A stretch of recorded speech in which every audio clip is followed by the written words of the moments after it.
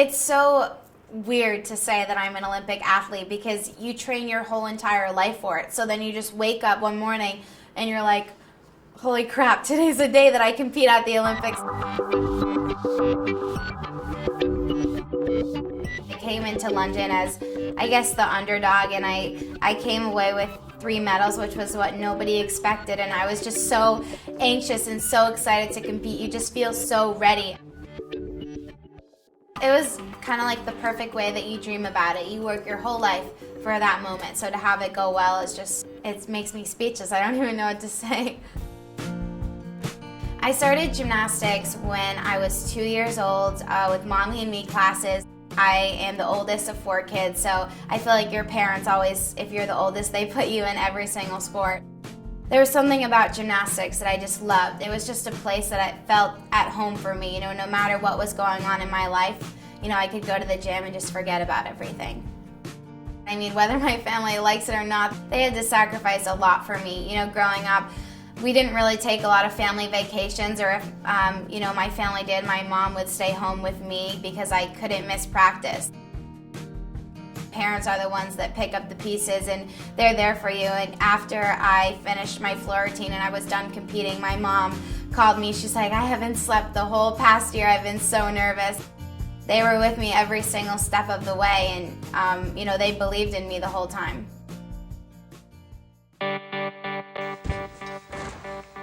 I was literally addicted to gymnastics.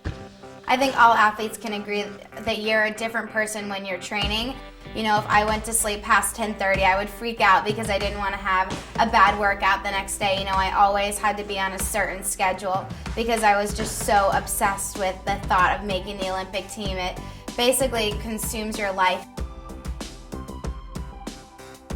I still look back and I don't even know how I did it, and on top of that, balancing it with school, it was extremely overwhelming and stressful. I had to take my whole senior year off of high school, which was a little bit hard, but at the same time, you know, I was training for my Olympic dream. I literally can't even express to you how hard it was training. There were days where I would get out of bed and just collapse to the floor because my muscles were so tired, and I just overworked my body to the point that I literally couldn't go anymore. I think there are always days where you question, you know, why am I doing this? Is this going to be worth it? Of course, there was a time where I was frustrated and I was sad or I was upset, but my coach, Mihai, is the best pep talker ever. He would say, you're going to hate me now, but I promise you'll love me when you're competing in London. And he's like, you can suffer now and live the rest of your life as an Olympic champion.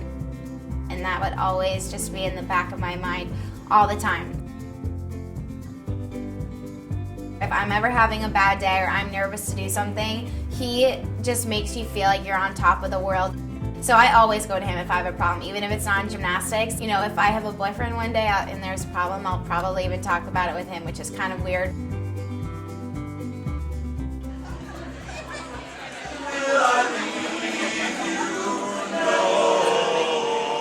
Meeting boys is definitely a challenge because I'm always at the gym. I'm always basically in a leotard. You know, I've never even had a boyfriend because I've literally always been just obsessed with gymnastics. I honestly feel like if I had a boyfriend, I wouldn't have made the Olympics. I mean, I shouldn't say this out loud because my coaches would kill me, but skipping one Friday night practice and going to a dance, it's worth it. You know, my coaches, they let me go to prom, which was like 2 months before the Olympics. They let me skip a night workout. I think it's really, really important to have that balance. You need some sort of like normalcy in your life, otherwise you'll just kind of go crazy. Gymnastics has a reputation for, you know, being very strict with your eating and your weight and everything. You know, you're always in a leotard and you're lifting your own body weight. I know a lot of girls that really struggled with problems with, you know, eating disorders. I think it's something, you know, every girl struggles with body image, and I think it's hard because everyone's obsessed with it. You know, I try this thing where instead of looking in the mirror and picking out tons of things I don't like about myself, I just pick out things that I do like about myself. I think if you're happy, then that makes you beautiful. If you have inner confidence, then that's what makes you beautiful. When I found out I was selected for Dancing with the Stars, I called my dad and he started crying. Some athletes, when they finish the Olympics, it's like the post-Olympic depression, but we said my dad was going to have post-Dancing with the Stars depression because he loved it. Everyone thinks, because I'm a gymnast, I'm very, very serious and very intense all the time, but when I'm with my friends, I'm like the craziest one. I goof off all the time, and I think just to do that on TV and to really put yourself out there when you're used to just doing gymnastics, to just going out there and wearing a very, very flashy costume with heels and to dance with a guy that you've just met and you've never done anything like that before. It was fun. It was a huge confidence booster. The year before, I didn't really have a social life. I was always at the gym. I was always sweaty with my hair in a messy bun. When you're on a TV show for 3 months, you're being filmed every second of every single day. It's so overwhelming sometimes. You do all these interviews, you do these red carpet events and all these fun things, but then at the end of the day, you realize if you don't have your family and your friends to go home to at the end of the night, it doesn't mean anything. Ready, set, go! I'm here today for Doug Clutie's charity event, and I'm starting the race.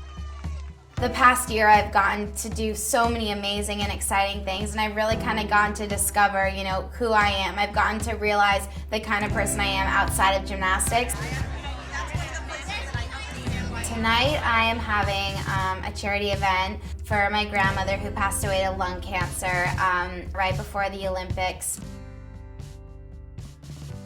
It's something I'm obviously very, very passionate about because she was, my biggest supporter. So, she's definitely watching over us.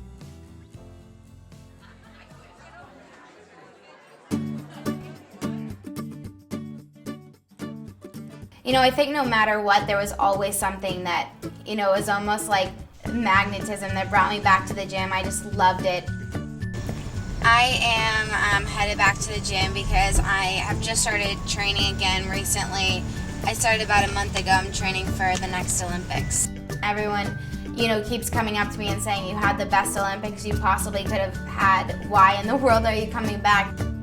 My answer to them is, just because someone wins the Stanley Cup or they win the Super Bowl, it doesn't mean that they just retire. I think that you keep going as long as you can, and if you love something, then anything's possible.